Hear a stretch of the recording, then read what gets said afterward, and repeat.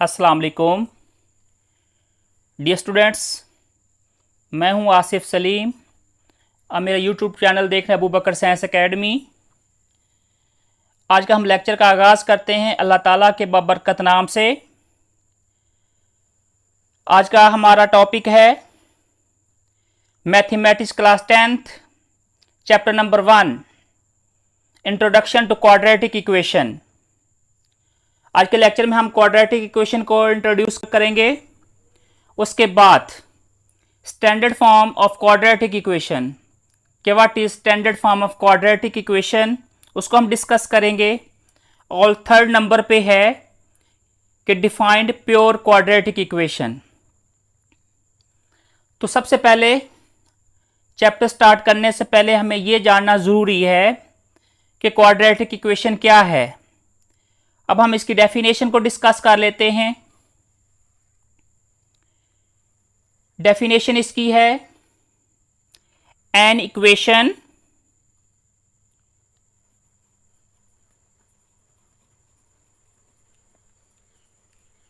which contains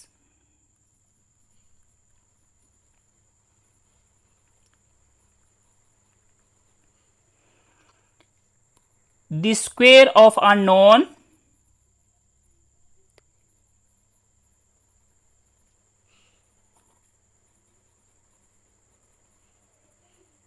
variable, या इसको हम क्वांटिटी का भी नाम देंगे,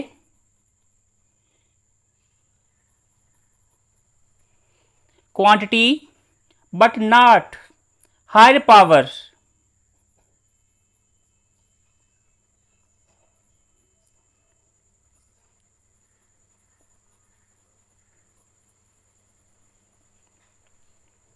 is called quadratic equation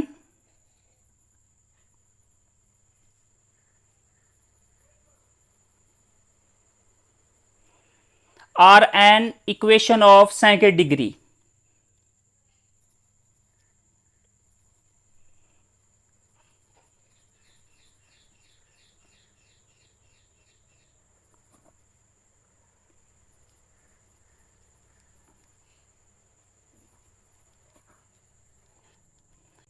क्या मतलब डियर स्टूडेंट इसका कि एन इक्वेशन विच कंटेन्स, कि वो इक्वेशन जो कि मुश्तमिल है किस पे, the square of unknown variable, किसी अननोन वेरिएबल स्क्वायर के,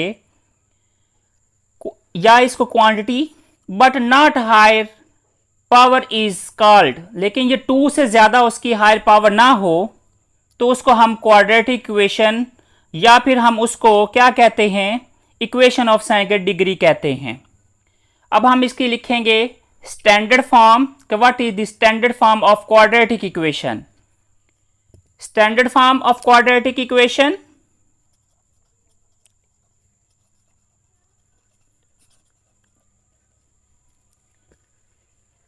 a second degree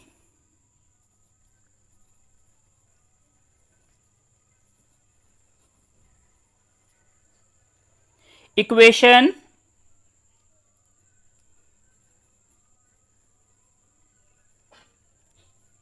in which variable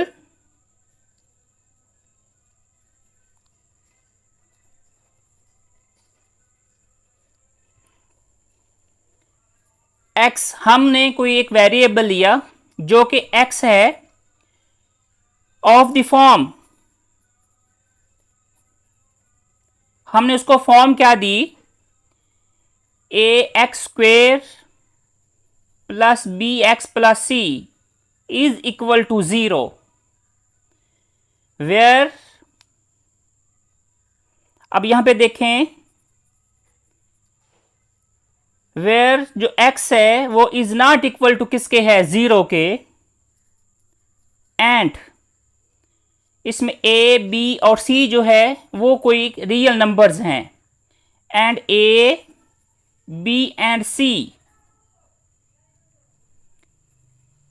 are real numbers.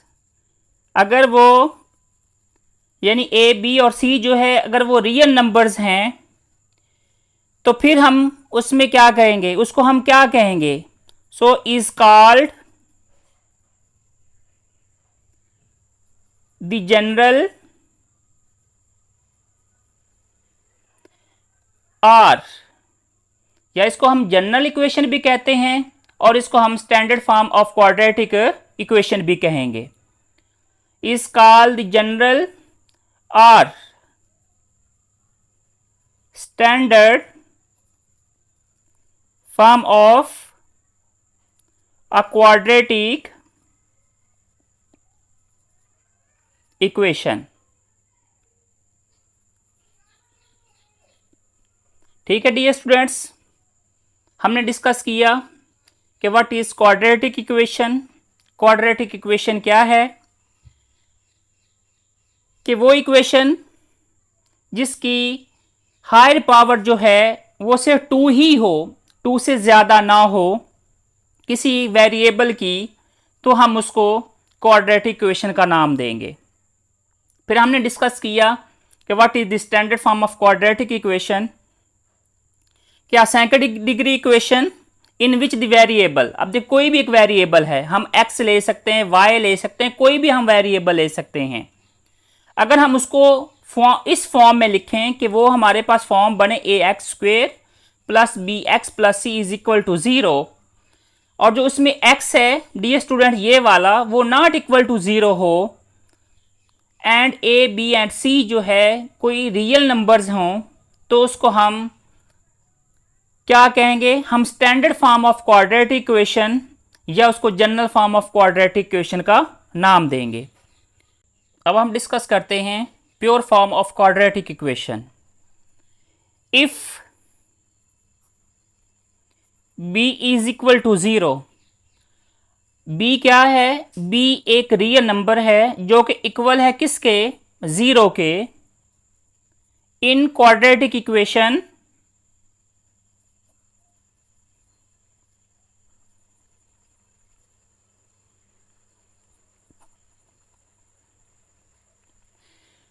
ax² plus bx plus c is equal to 0,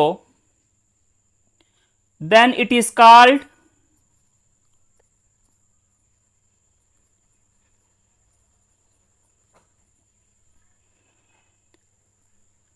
a pure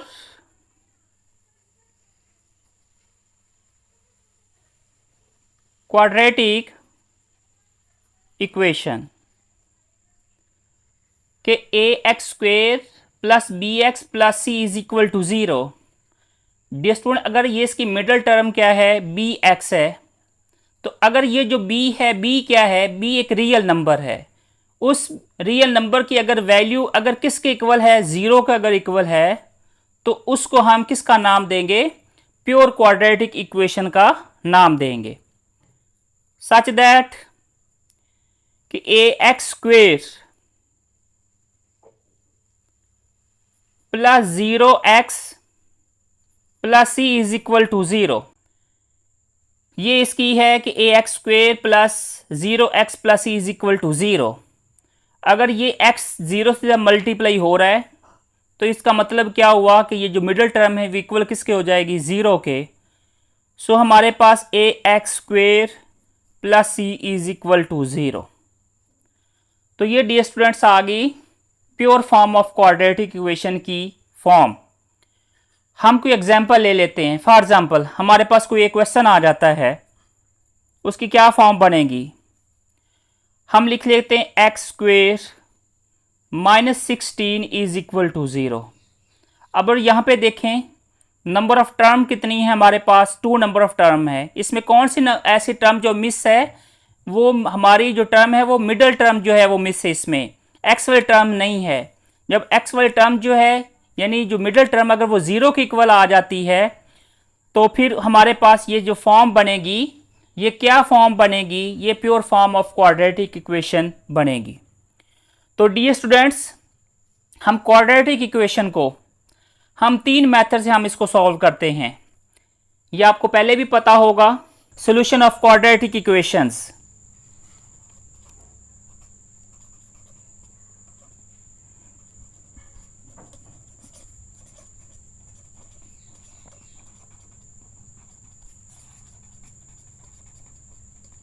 factorization method.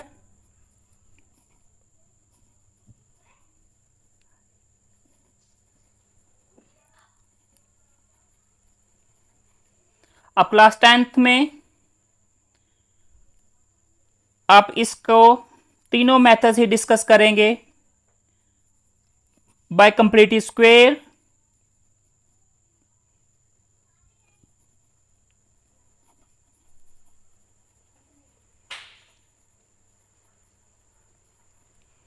और डियर स्टूडेंट्स इसका last जो है by quadratic formula method.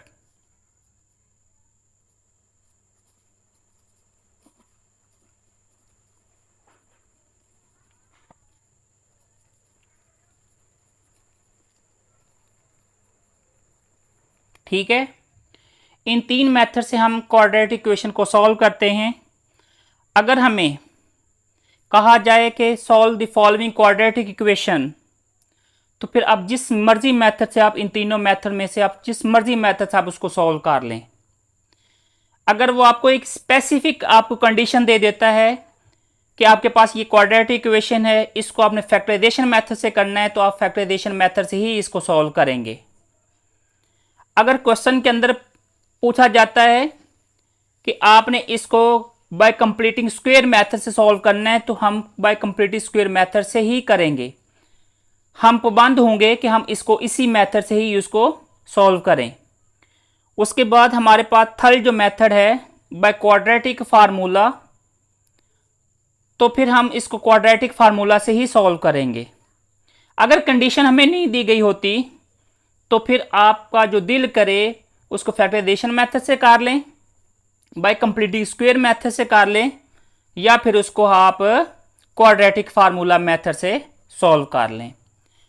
तो ये dear student था chapter number 1 का intro. Exercise 1.1 start करने से पहले हमारे लिए जानना ज़रूरी था कि क्वाड्रेटिक इक्वेशन क्या है, उसकी स्टैंडर्ड फॉर्म क्या होती है, क्वाड्रेटिक इक्वेशन की प्योर फॉर्म क्या होती है, क्वाड्रेटिक इक्वेशन को हम कितने मेथड से हम सॉल्व करते हैं। तो इसके साथ आज का ये हमारा लेक्चर कंप्लीट हुआ। उम्मीद है कि आपको आज की इस लेक्चर की समझ आई होगी। अब हम मिलते हैं नेक्स्ट लेक्चर में, तब तक के लिए अल्लाह हाफिज़।